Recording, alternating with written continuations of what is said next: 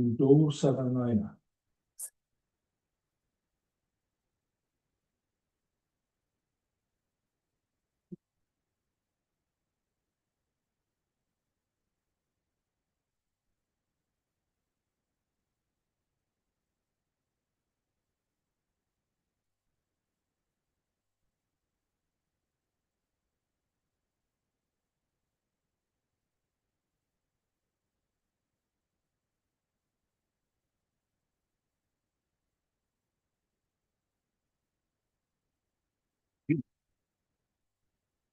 Very good evening, Dhamma friends.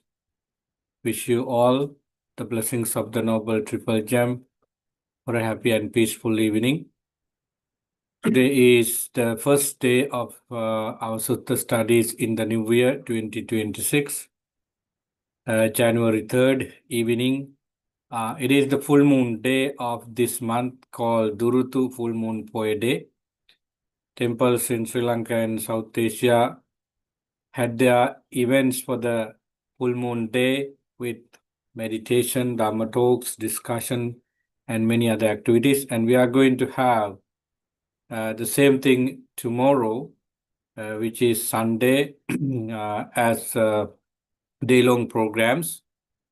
So I think it's the perfect beginning for the year with the full moon at the beginning of the year, first week of January. So wishing everyone well-being and happiness for the new year. We are going to begin this evening Sutta Studies. Let's pay our supreme respect to the Buddha, the self-awakened one, and the Blessed One. And in that, we of course respect the Dhamma and the Noble Sangha also. So join with me in reciting Namo Tassa 3 times in Pali and also in English. Sadhu, sadhu, sadhu. Namo tassa bhagavato arahato samma sambuddhassa. Namo tassa bhagavato arahato samma sambuddhassa. Namo tassa bhagavato arahato samma sambuddhassa. I pay my homage to the Sublime One, the Worthy One, the Fully Enlightened One.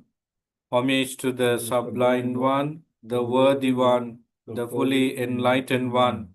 Homage to the Sublime One, the Worthy One, the Fully Enlightened One. Sadhu, sadhu, sadhu. Once again, you are warmly welcome for the Sutta Studies today.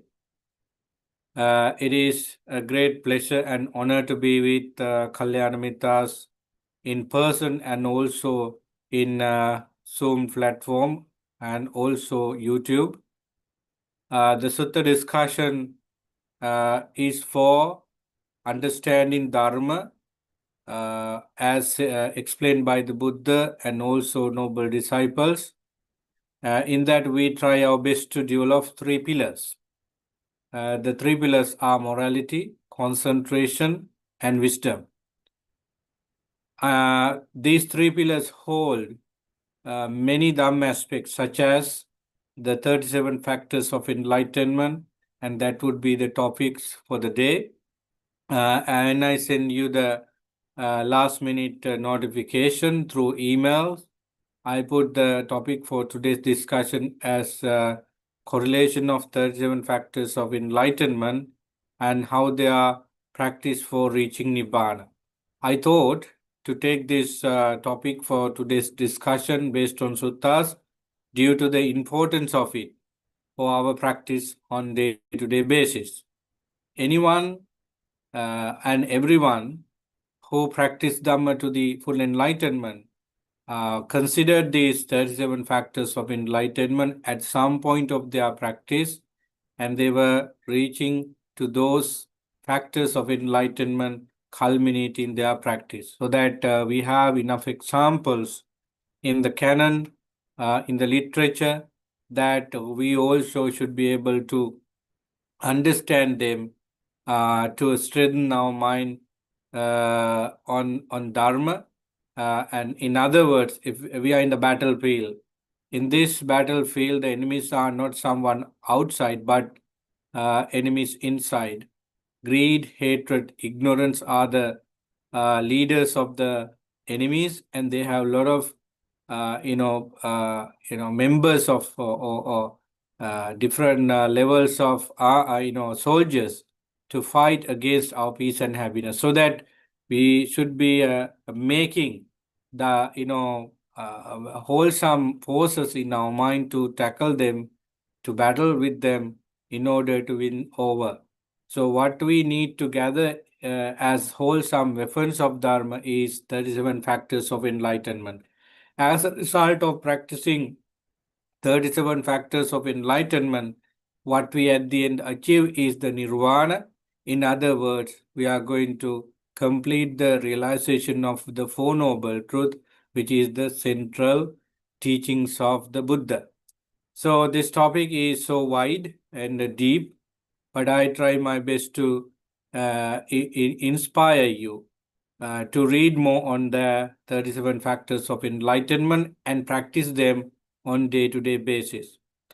So I can tell you a few suttas that the 37 factors of enlightenment are being explained in Majjhima Nikaya, in Digha Nikaya, in Samyutta Nikaya, in Anguttara Nikaya, and any section of the Tripitaka, you can find these 37 factors of enlightenment. Even in Dhammapada, Yata Sambodhi Angesu Samma Chittang Subhavitang.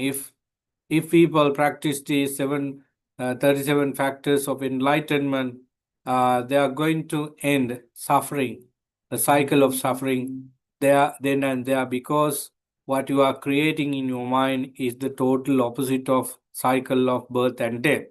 So that this is the remedy we need to take for all kinds of illnesses in our mind. So friends, when you hear the word 37 factors of enlightenment, that is called Saddhamma. If we have the word Saddhamma in the teaching, it is used for nothing but these 37 factors of enlightenment. They are pure exploration, investigation, and also finding by the Supreme Buddha. We never say that they are creation by the Buddha. They are created by the Buddha. They were hidden by human reach because of the ignorance and craving and clinging that people developed throughout many centuries, many millennia.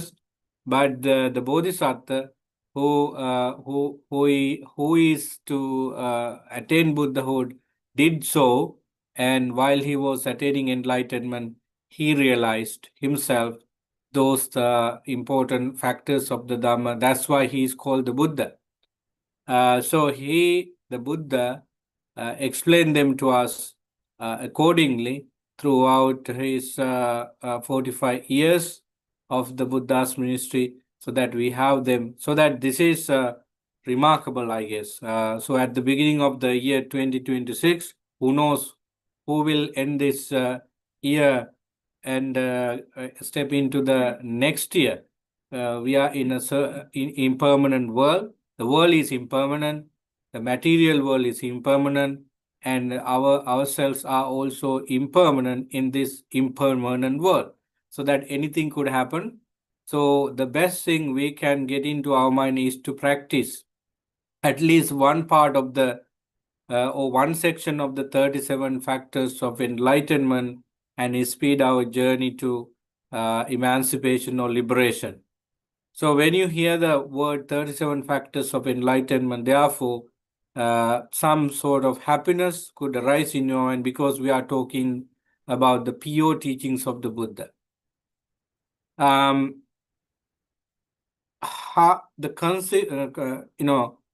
The 37 factors of enlightenment consist of several sections. If you Google this, you can find it easily. But I would tell you how how many subcategories are there? 37 factors of enlightenment have 7 groups. Okay. Start with 4 foundation of mindfulness, satipatthana. I think every followers of the Buddha should know the 37 factors of enlightenment, because that is the thing they are going to achieve. Before we go to the university for a bachelor's degree or master degree or PhD or whatever college program, we read it. We read the program, the curriculum, and the reading list, and we of course know what we need to do in this program, and then we start it.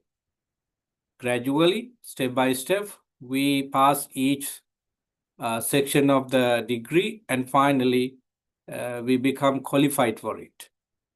So that's how it happens according to my understanding.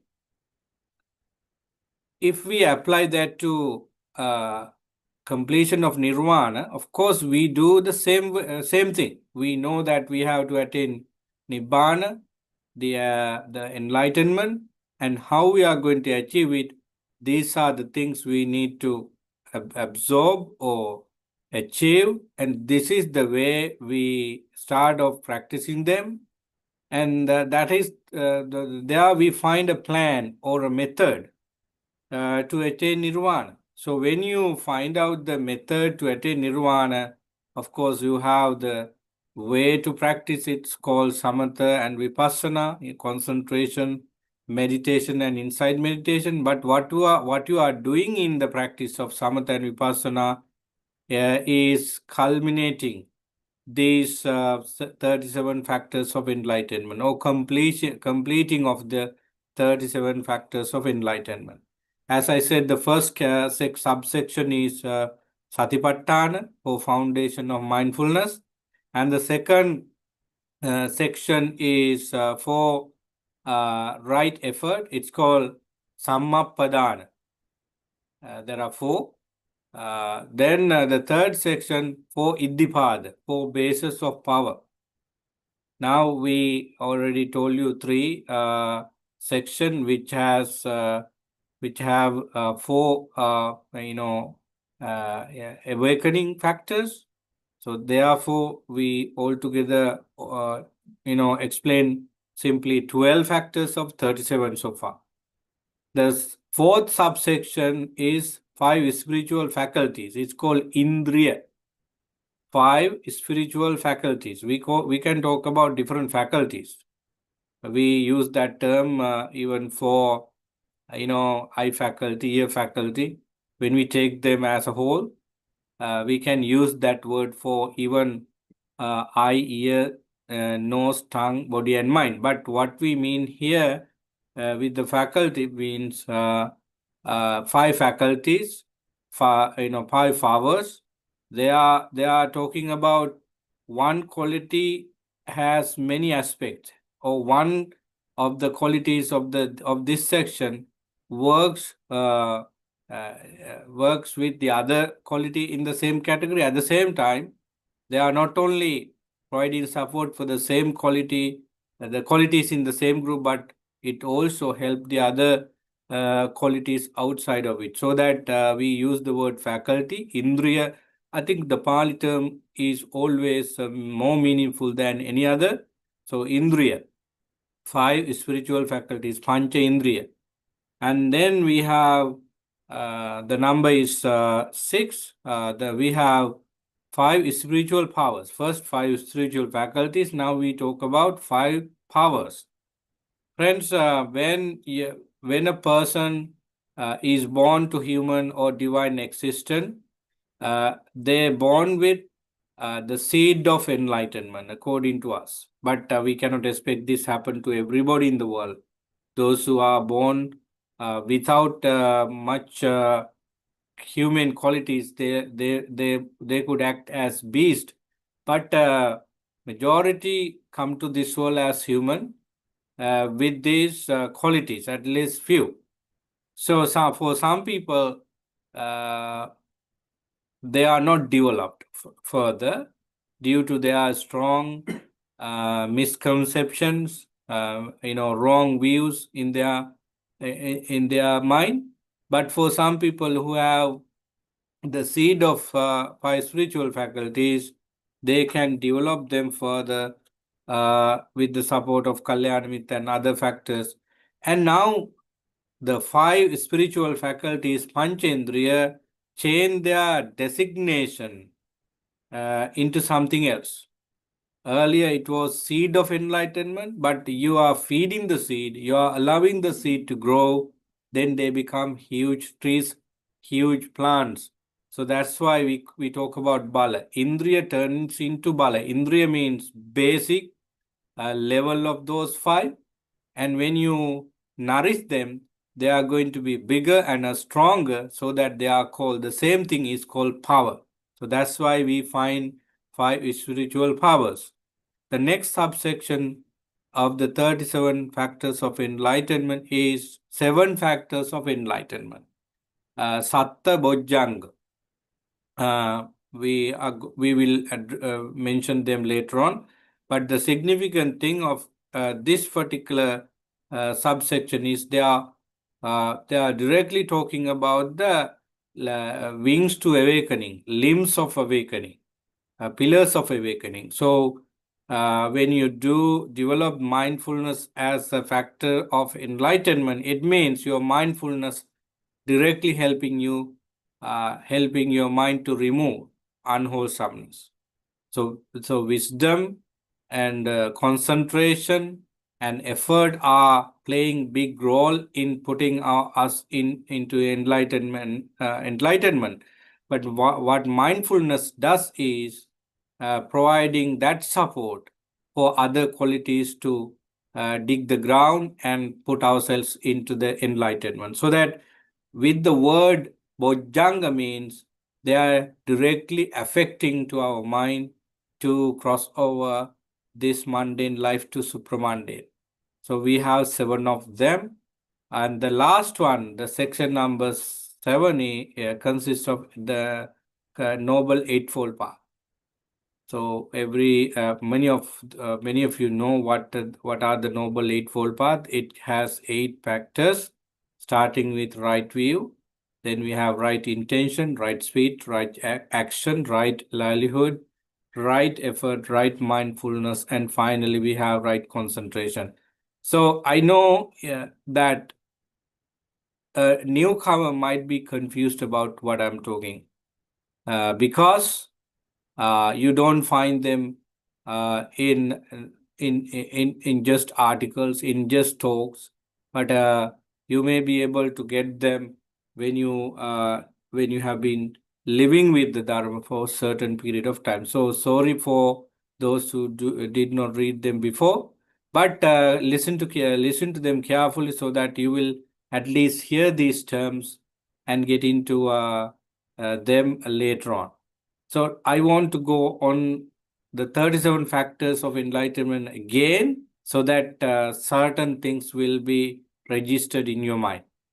So as you know, 37, 3 and 7, and it has 7 subsections. Satipatthana, then 4 right effort, 4 Iddhipada, 4 bases of powers. Now we have 12. Then 5 spiritual faculties, 17, and 5 powers, 5 spiritual powers, 22, and then 7 factors of enlightenment. Then how much? 29. Then the Noble Eightfold Path, 8 factors. Then now 37. So that is how 37 comes as a group. So my concern today is the correlation of the 37 factors of enlightenment. First thing I want to clear how they are connected, because by taking an individual factor, you can define it, you can understand its meaning and also the usage. But when you comes to the whole set, you must be puzzling of how they are connected to each other. Why there are so many texts? Because we see overlapping. We see some factors of enlightenment mentioned in each subcategories. For example, right effort. We find right effort for of course, right effort has its name for the title of the for right effort. Then we find the same thing in five spiritual faculties, five powers, the seven factors of enlightenment, of course, in the Noble Eightfold Path. So it is almost in every subsection. Why? Why? Because it is primary. It is very important. And even mindfulness, even right view, they are cardinal principles of the Dharma, so that they are everywhere. They are everywhere. For example, let's consider a COA or a principal of a school, or a manager of a company. So he is on the top. He is on the top, and he should go to each subsection. He should be presented in each single individual activity there, because he is the leader. Likewise, the three qualities, as I said, right view, right effort, and right mindfulness, are everywhere in the subsection. So the correlation, that's the thing I considered very much. So interrelatedness. You have heard that we should understand the Four Noble Truths as they are. The Four Noble Truths talks about the suffering, the dukkha, and how this is what dukkha is. This is how dukkha is arising, and the dukkha could be stopped, and which way the dukkha is stopped, that is this path. So this is the simple way to understand the Four Noble Truths. And when we understand dukkha as it is, what quality we should have in our mind is right understanding.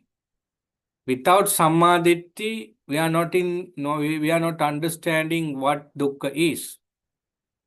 Samadhi is the forerunner for every good thing. It is the first very important quality of understanding good and bad. So that samadhi should be there for us to understand dukkha as it is, dukkha samudaya, the rising of dukkha nirodha, ceasing of dukkha, and dukkha nirodha gamini patapada, the path to end dukkha. So samadhi is playing a big role, and it is in the Noble Eightfold Path.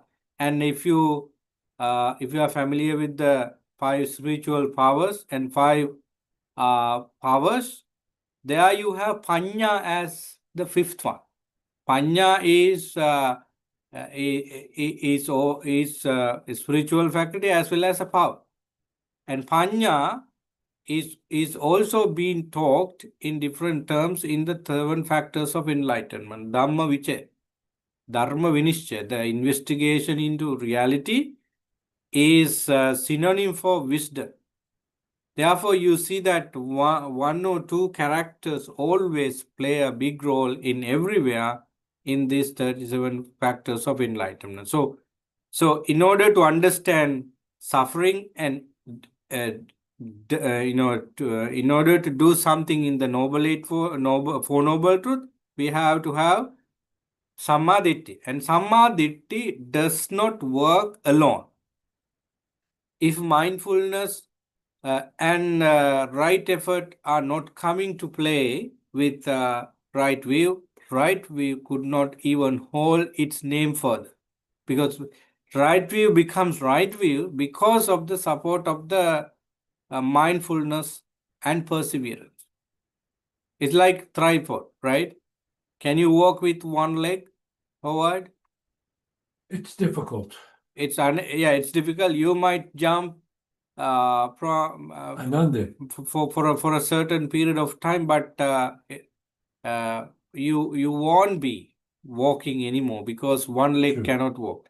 True. So we should have two legs. And if this question asked with regard to a buffalo or a lion or tiger, they have 4 legs. Otherwise, their function is not happening well.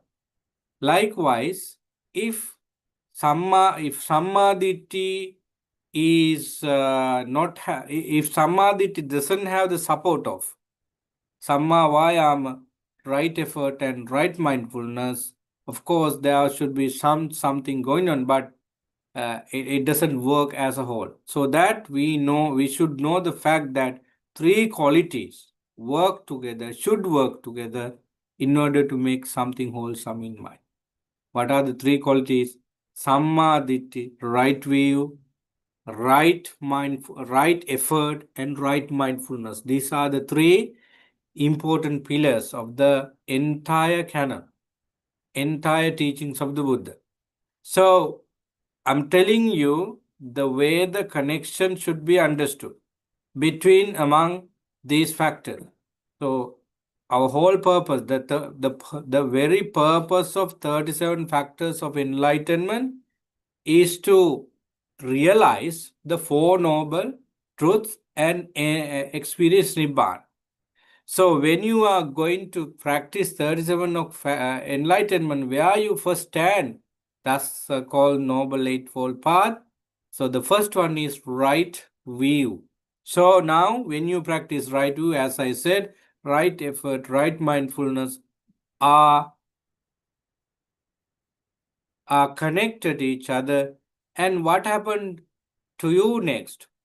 When you have right view, you don't want to tell a lie. You don't tell lies. You never use your physical body for something temporary, something nasty, something unbeneficial for you and everyone else. So your whole effort is to stay in good and do something good for you and everyone else. Because Sammaditi, right view, has already arisen in your mind. You understand clearly that everything is such and everyone is such, so that I should be so and so, and that is what exactly bring me peace. That's called Sammaditi. So now you see, with Sammaditi, you always put your effort for doing something good, and you are mindful, not unmindful, and you have word choices to speak so that you don't make anyone else unhappy. So therefore, your mind tends to mindful always, no matter where you are. Your mind is going to be calm and peaceful, and therefore your mind sometime stay away from craving, so that your training, your absorption of the dharma is now working. I just wanted to see you the. I just wanted you to see the connection between the factors, right? In the Noble Eightfold Path, you have right Right view right view. is part of the 5 precepts.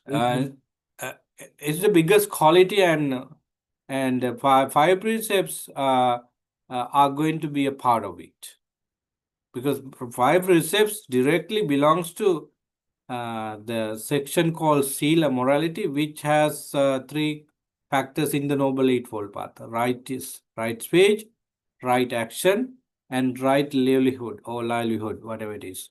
So you see now that there is a connection, they are interwoven, they are interconnected. That's why one has to practice Dharma. Of course, they can do it individually, but at the same time, your mind should be richer and more convenient to absorb different Dharma at once, so that you can make a difference. So now I just want to talk a little bit further down on the same link, correlation. So, Satara Satipatthana, the 4 foundation of mindfulness are mindfulness on body, mindfulness on feeling, mindfulness on mind, and mindfulness on mental state. These are called Satara Satipatthana. Satara means 4 Satipatthana means the foundation of mindfulness, 4 foundation of mindfulness. So, how do we see the relationship between and among these 4 and with regard to connection with the other factors? This, how can we draw the line? So again, Sammaditthi, as you know, is a very important quality. It talks about understanding things according to the absolute truth, according to the peaceful way of life. So now you know that the suffering is a unbearable pain, no matter where it comes from, where it is produced, it's a very unpleasant experience. So people, living beings, wants to get rid of it and stay in calm. And now you wisely think, which way I stop suffering and the cause of suffering? Oh, the Buddha has said us to be mindful and dedicate our time for inner peace. And he has been talking and also giving some instruction for it, so that we are going to do it. We are about to do it. That's how you think when you experience suffering through your own experience. So now when you go to practice, when you go to real experience, what you are thinking about with wisdom is, okay, how things come from through physical body, senses, and how are they going to be when you are really in that, what kind of feelings you have. Is feeling affecting to your level of craving, or what kind of things you do, so that 4 foundation of mindfulness should be there, developed, and they should be there for the sake of using them for enlightenment. Now you see the relationship. Without samadhi, you are not practicing for foundation of mindfulness. When you get into for foundation, for example, kayanupassana, be mindfulness on body, you see that body is such, body is impermanent, body has different parts and particles. So that is, therefore, attachment to physical body is useless. And this body that I hold, that somebody has, is going to experience decay and die. So now you are, in terms of practicing mindfulness on body, what you are doing there is connecting with the absolute truth about the body. With the instruction of somebody or not, you yourself realize that, okay, this is such. So that being mindful about body is taking place in our mind with the wisdom. Otherwise, you must be a very sophisticated person who take care of the body. He doesn't want the body to be old. He doesn't want, or she doesn't want to talk about anything negative about it. That is because you have attached to.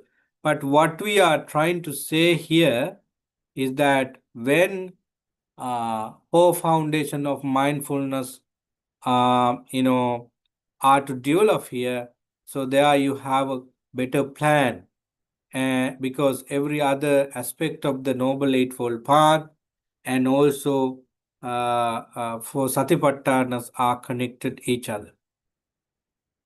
Do you understand what I'm saying? I think so.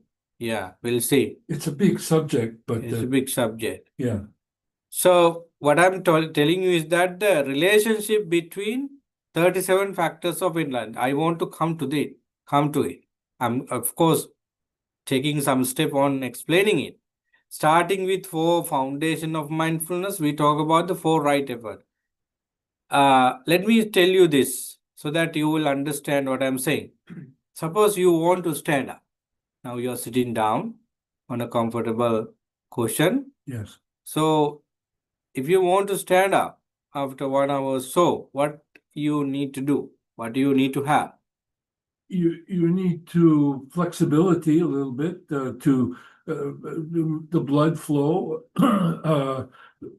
And you need to want to stand up, and To stand and up, need what to you know need. how. To stand up, what you need? The strength, right? Strength, yes. So you first decide that I should stand up, and then it's a concept now in the mind. So based on concept in the mind you created, now your body is acting. Your body is following the instruction given by the mind. Yes. So if the body doesn't have that strength to stand up, does it work? No. Even though the mind thinks stand up, No, it won't work. It unless you have a machine that you could use. yeah. But Suppose your body up to from this level down, the doctor has given anesthesia. okay. So still your brain is working. You can see the body. You can talk. You are mindful about your body. Now you want your body to stand up and walk. It won't work because of the medicine. Because of the medicine. Medicine. So the message can't. message. So likewise, even if samadhi comes alone, right view comes alone, without right effort and right mindfulness, it doesn't work. You really understand everything, but you are not in a position to execute what you know, because right mindfulness, right effort do not come together to support right view. I will tell you another example. We know that suppose we see two of your close friends are fighting each other with screaming, various bad things. They share so many good things. So now you know that it is really bad. It is not good for you. It is not good for both of your friends. However, you are not in a position to stop them. You may not be able to stop them. So what happened is they are fighting again and again because you know what that is wrong. You know what is right and what is wrong. With that, you decided easily that they are fighting is useless, wrong, negative in every ways. So from this example, do you see that even if right view comes as it is, certain things are not going to work. You see that the fighting by your friends are wrong. After a kind of brief analysis, okay, fighting, both of you do not give anything, but at the end, kind of hostile feeling. And you may lose your physical energy and material energy because of the fight. So even if you understand this, you are not going to make any changes of the fighting because you are not telling anything and you are not taking any actions. Right? Yeah. So similarly,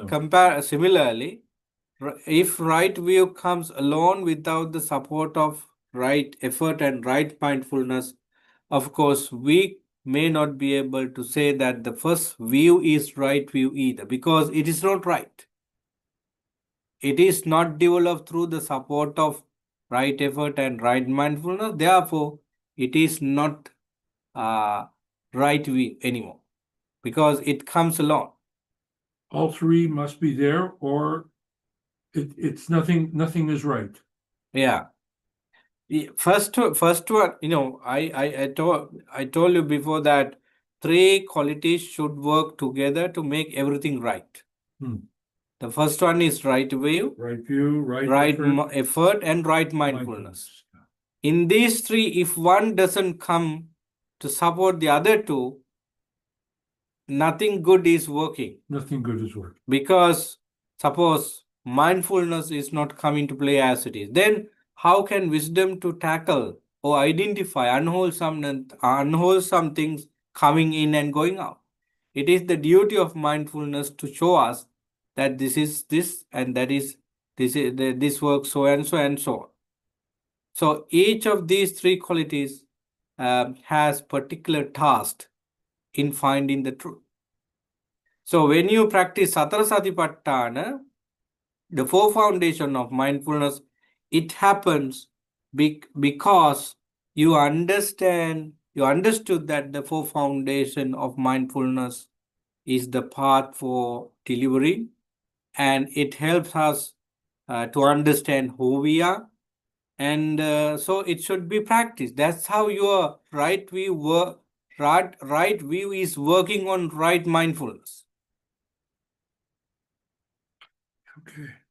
So if you see someone doing something wrong, but the right right view is not working right effort could be working right mindfulness could be working right, but because right view is not working right, you cannot say anything because it won't help. There's a lot of times that happens, Yeah. where I talk to people because I see something they're doing, they could do it better, but they won't hear me. Simple thing is, unless you use your brain, you still can work certain things, but the productivity, the quality of the productivity is less, Less. right? Okay. If you get out of the building with a shovel on your hand, and now you are going to remove snow in the entire parking lot. If we do not have an iota of wisdom, I don't think you may not be able to do the job as it is. After a few minutes of removing snow, they are heavy and it is very cold outside. You might think, why should I do this? Why not somebody else come and do this? Why I am here? And you will fed up. Now your physical body is too heavy and tired, so you think that I shouldn't do this anymore. So you leave snow without removing, and even you cannot get out of the building through your car if you have a car, because you haven't removed the snow very well. So do you see that you have physical energy, you have mental energy, which is necessary for wisdom to arise. But in that example, you use your physical, verbal kind of energies to do something, but your brain is not working, your wisdom is not working. It's too much to do. Yeah. But if you had a smaller piece, then you could go and clean that, and if that's all that was needed. Even the example I gave, that example for a purpose. Whether it is a small area or a large area, you are not going to do it if wisdom is not there. Because with wisdom, with right view, wisdom, okay. What we do is to analyze what we are going to do.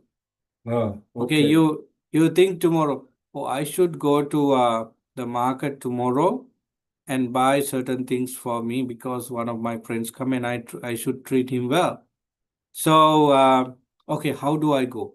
I better go by bus because it's snowing, and if I drive down, I would hit somebody. So you use your brain, you use your intelligence to do your activity called shopping and coming back in a wise way. So you see that you use wisdom, a kind of knowledge. Yes. Now you with that in mind, now you have, okay, now I concluded I should go. Now your physical and mental energy factor is put into that particular shopping, and then unless you become mindful, you must fall down. You must be going somewhere else, because when you take the bus and go to the shopping mall, when you purchase thing, when you selecting and purchase, you have to be mindful about what you are doing. How many dollars I have and how many items I buy today. So your memory should be working. So now you are in the marketplace. So now you think, if you do not have mindfulness, memory is also a part of mindfulness. If you do not have that mindfulness, you might think now, what exactly I should purchase today? I remember them earlier, but now I don't. So how can I know that? So simply you have a photographic memory when you read, but therefore you may remember one or two. But if mindfulness doesn't work there as it is, you are not going to select items because you do not remember. Mhm. You might buy same thing you already have, then it's too much because your mind did not work well. Mhm. Your mindfulness or your memory never ever came out as it is because you never exercise it. So therefore you don't know what exactly you have in the fridge, in the kitchen. So you might end this story buying the same thing, right?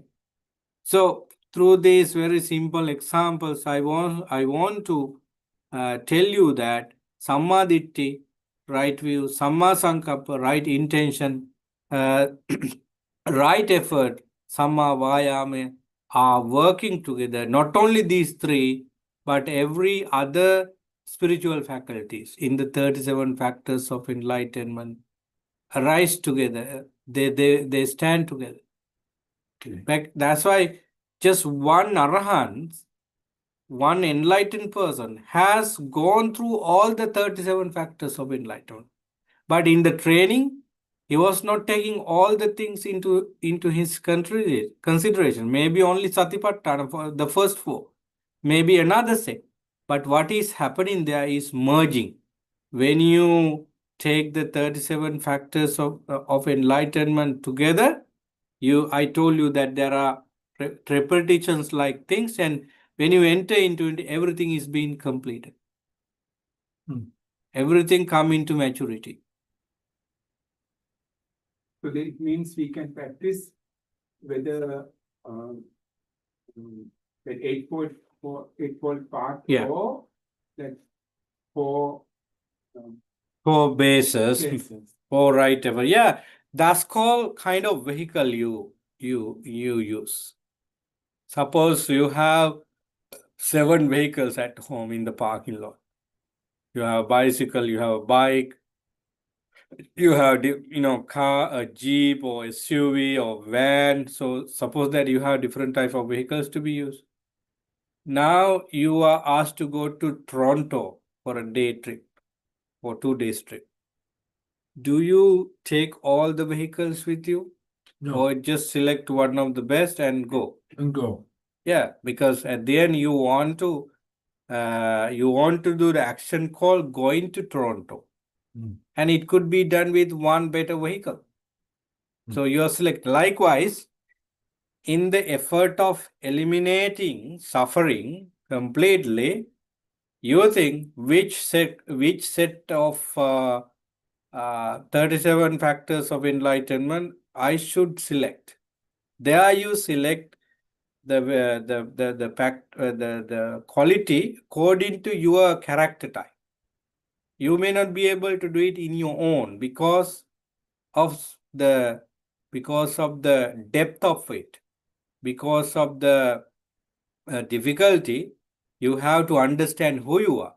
There you should have a teacher, instructor who knows better about human mind, about dharma, about 37 factors. So with the help of such person, okay, you conclude that these are the things I need to absorb or get into, and then you practice it slowly. For example, 5 spiritual faculty.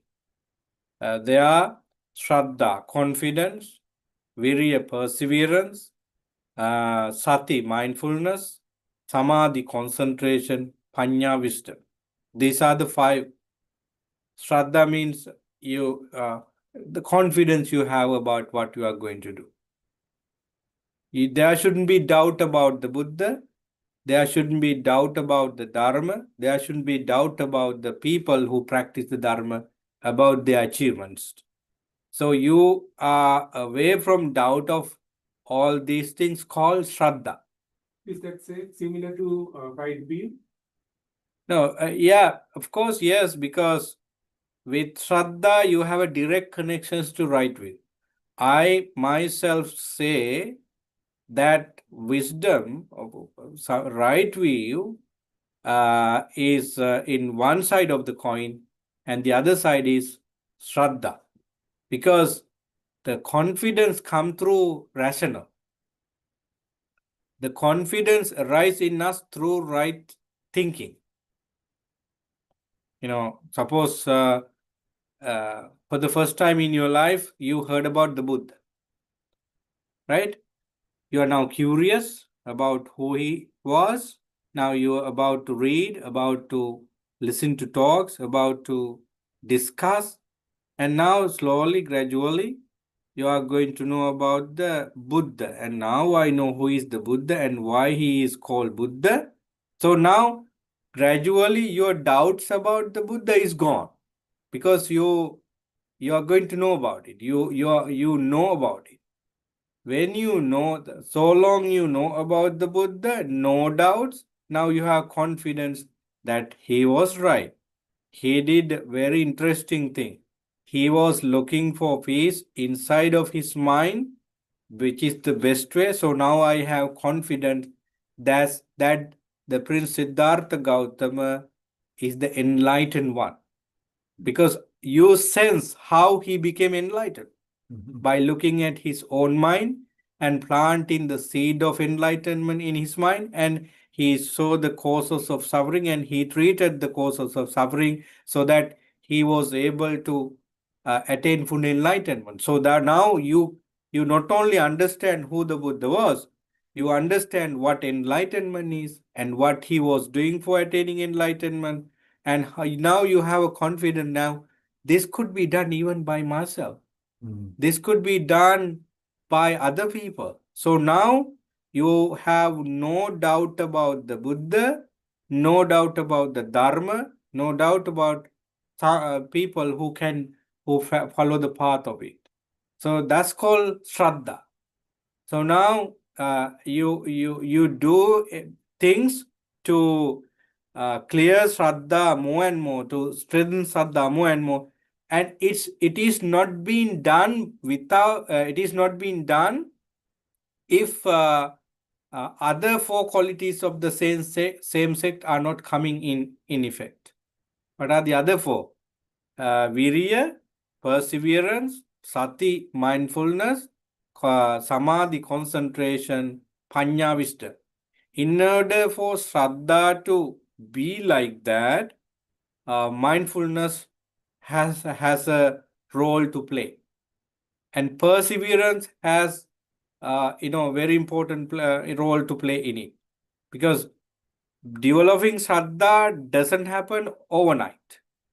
It takes time. You listen to the Dhamma talk, you read the books, you associate like-minded people, you question.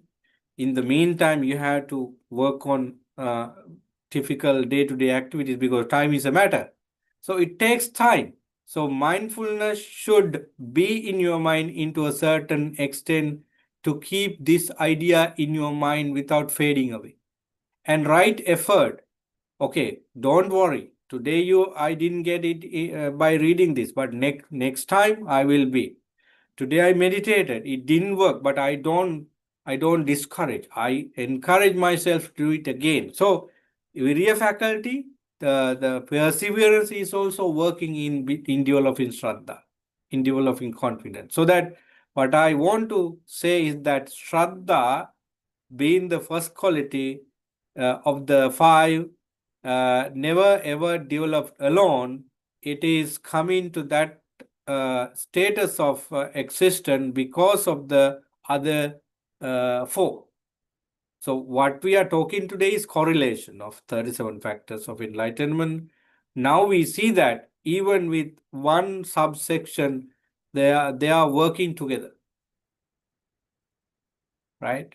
Yes, What do you do when you feel angry? I yell. No, I mean, if you, yeah, that is the thing you typically do. But if you want to, stop anger and be a good be a calm person, what you need to do? Well, what I do is I apologize to the other person. His apology is coming from what quality in your mind? From what quality in my mind? From my mind, that mindfulness that I saw I was angry. Because sometimes we get So angry. how do you analyze that anger is bad? What quality it is being done? It's because it's part of the essential misconduct or No, I mean, suppose you are angry now. So now you understand in after 1 or 2 minutes when anger is doing so many bad things in you, and your words are also going to be bad. So now at some point you realize, oh, this is really bad. it's bad. Yeah. This is really nasty for myself and everybody else. With what quality you come to this conclusion? Well, with what quality? For me, it's a mindfulness that I notice. No, mindfulness does noticing that anger is Yes. coming. Right view. It's right view. Right view. Wisdom. Wisdom. You can say that word, Yes, but wisdom. Yes. But Wisdom is the yeah, wisdom. wisdom is the quality that decide anger is really bad. Instead of anger, something What positive. does wisdom say? Wisdom says that anger is bad. Where? In mind. In where? Wisdom is a quality of our mind, right? Quality of our mind. Wisdom is a quality of our mind. But because we saw it in our mind, we were mindful. Yeah. Being mindful is also taking place again with the support of wisdom. If wisdom is not there, you're not going to be mindful that this is happening, this is happening again, and when this happens. So pointing the finger, pointing the rising of anger and existing is done by mindfulness, but the decision maker is nothing but wisdom. Nothing but wisdom. Yeah. Decision makers. But who is holding mindfulness without fading, and who is holding wisdom without its fading in the mind? Without its Without mindfulness may not be existing in us always. Okay. It could arise. So, for example, we are mindful about this, but later on, in 1 or 2 minutes, we are not mindful about it. Yes. Why this happened? Well, it's karma, because it is. We don't need to go further down in. We just simply understand that mindfulness does not exist in its proper way, with the proper quality, because of lack of energy, lack of right effort in mind. In our mind, there is a quality called, holding on to. Holding on to, yeah. For example, attraction, or sometimes we think of something to bring down from downstairs, and we do thinking about it while we are upstairs. But when we go to downstairs in that particular place, we do not remember why we came from. Yes. That is because of no, not all age is a physical external factor. So we were mindful about the things we need to take from downstairs when we were in the upstairs room. But while we are walking down a couple of steps to the ground floor and walk through, we lost it. We lost it. Why we lost that particular idea? Because perseverance, the mental energy to hold that memory is lost. Is lost. So mindfulness doesn't work, even wisdom doesn't work, if perseverance does not do its job. Does not do his job. If the person doesn't, the energy. Now, on the physical level, we sometimes, if we get the blood flowing more to the head, we remember. Yeah. So we could say the body also No, No, we can talk Or- about the physical energy as well, because physical energy should be there, but so most but if you say importantly, perseverance, then you're saying, oh, I didn't want it enough. Or, there were so many other things on my mind that I didn't want it enough. But for no, me, it doesn't happen in that way, because every time the first quality that works as the leader is right view. right view. Right view is the very important quality out of all. When right view is present there, mindfulness and perseverance are working together without any mistakes.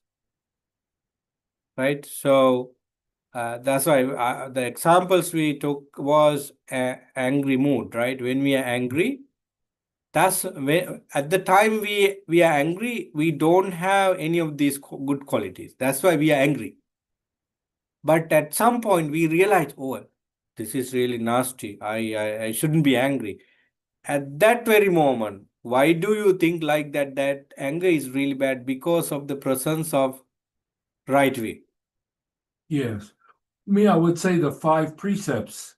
It goes against the 5 precepts. Yeah, in order to So- be mindful about the 5 precepts, and I should be in five principles.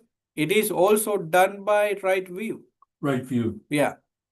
So right view is Why do you is think wisdom. Is why wisdom. do you think 5 precepts should be practiced always? Because because of the right view. Yes. Well, but I learned the 5 precepts later. Wisdom is something that comes to us over years of experience. That takes a long time. Whereas the 5 precepts, we can learn quickly.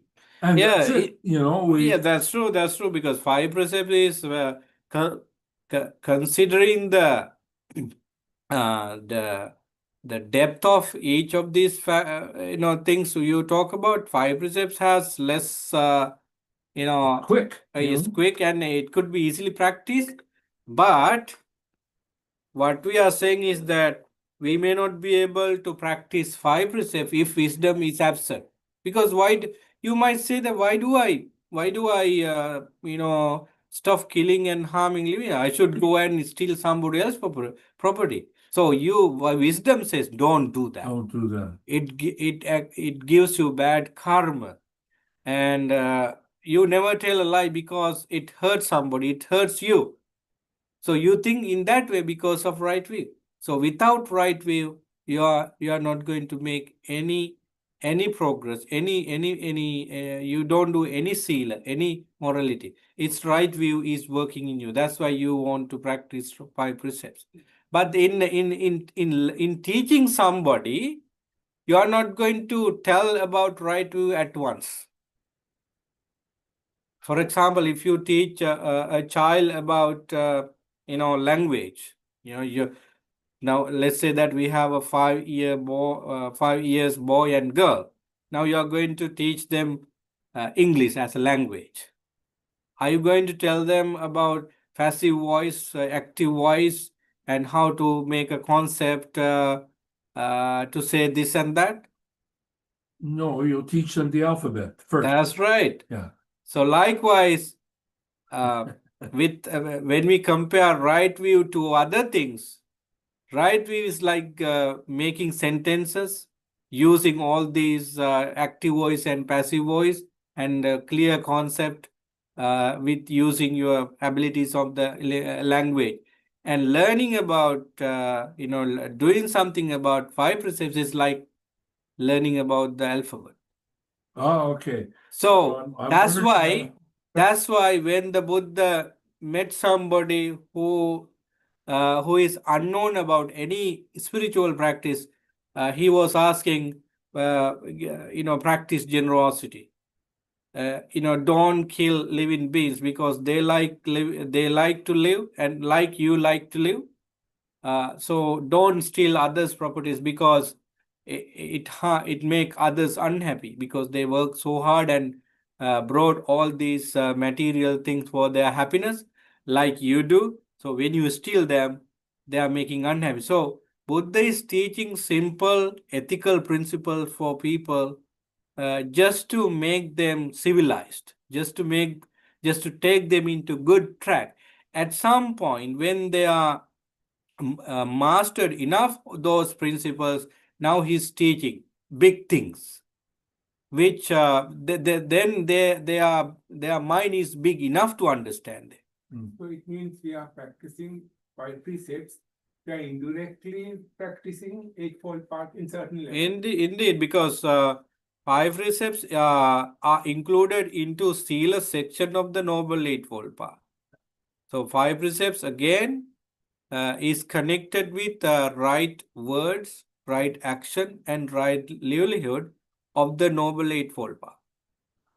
So when you practice 5 precepts, it is always supported by the right view, right thinking, Samma Sankappa. So Samma Ditti, Samma Sankappa are helping.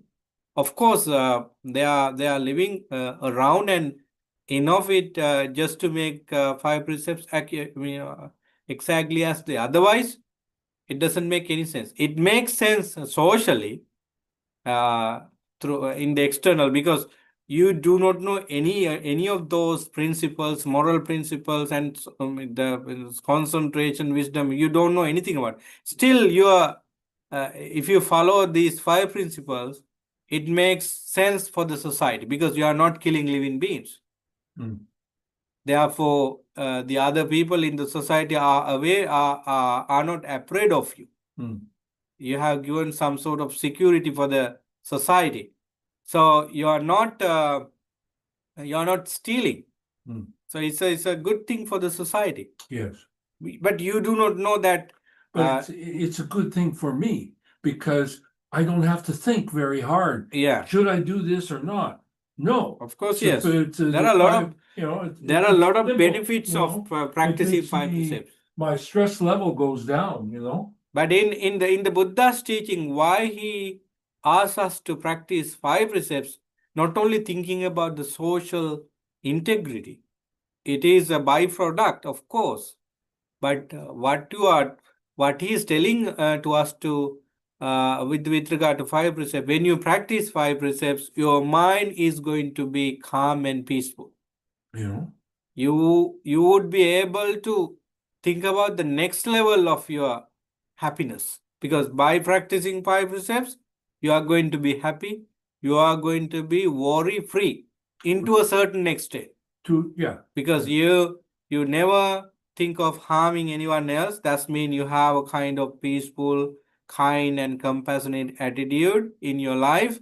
You never steal others' properties, other ideas, so that no one is coming to attack you. Mhm. No, you are away from any fine and punishment.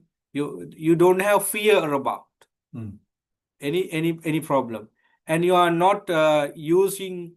You never have misconduct. That means you don't want to worry about the accusation and any person's wrong attitudes on you.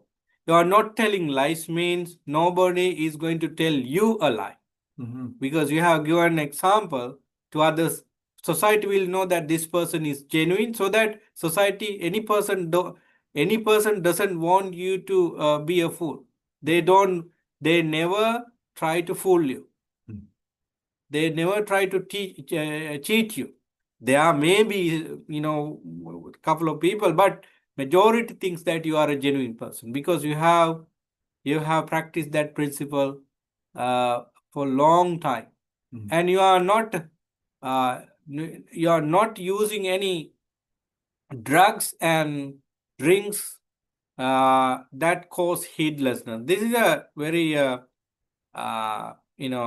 different issue in the society, because people think, any society now think that drinking alcohol is okay if you take a kind of level, limit. But from a spiritual sense, why do you take alcohol is to is to make yourself fun out of it.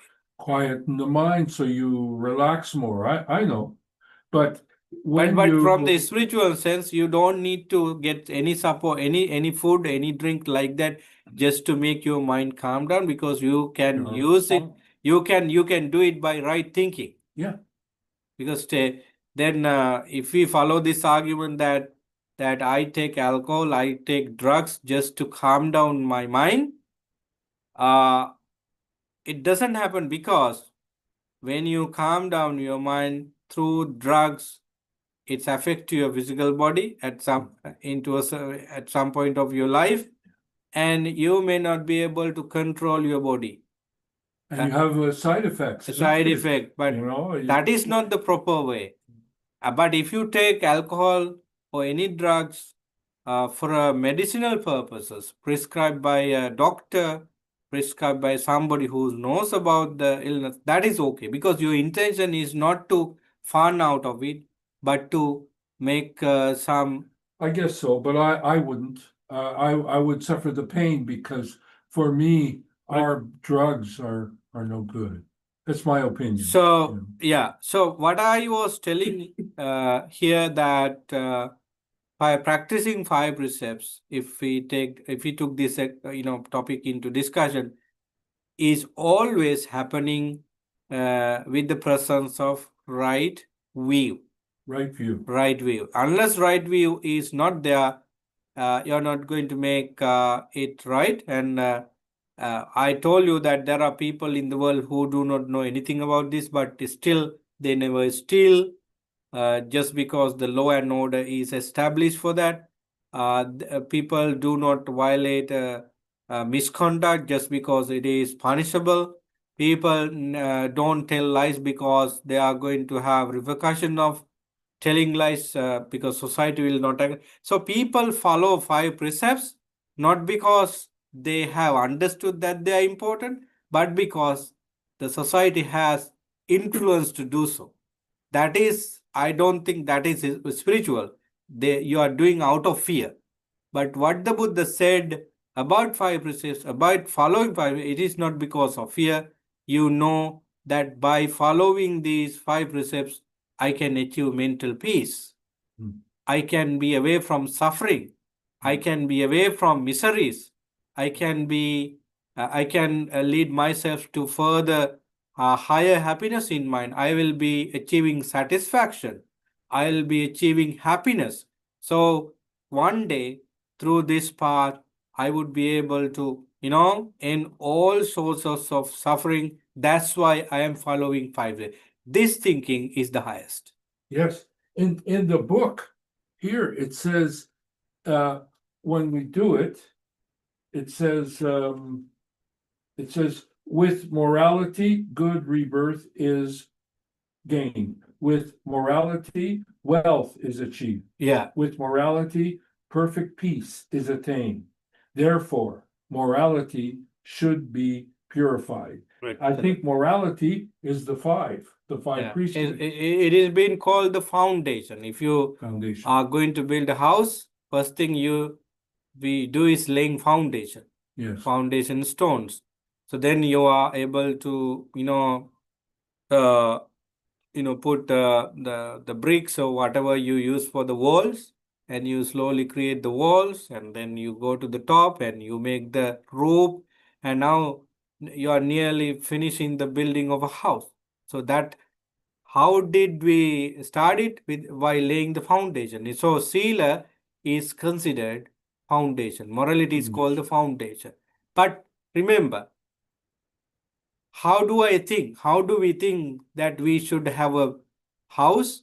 And first thing, how do I think that the first thing we should do groundbreaking and put the foundation is wisdom. Is wisdom. Is knowledge, intelligence is working. So first and foremost quality we all should have is right thinking. Right thinking. So right thinking, right view. Right view, yes. Yeah, right view. So as I told you at the very beginning of the discussion, this is deep and widespread. Thus mean we cannot finish the discussion on 37 factors of enlightenment with one session. but my hope was to see the correlation or the relatedness or integratedness of each factor.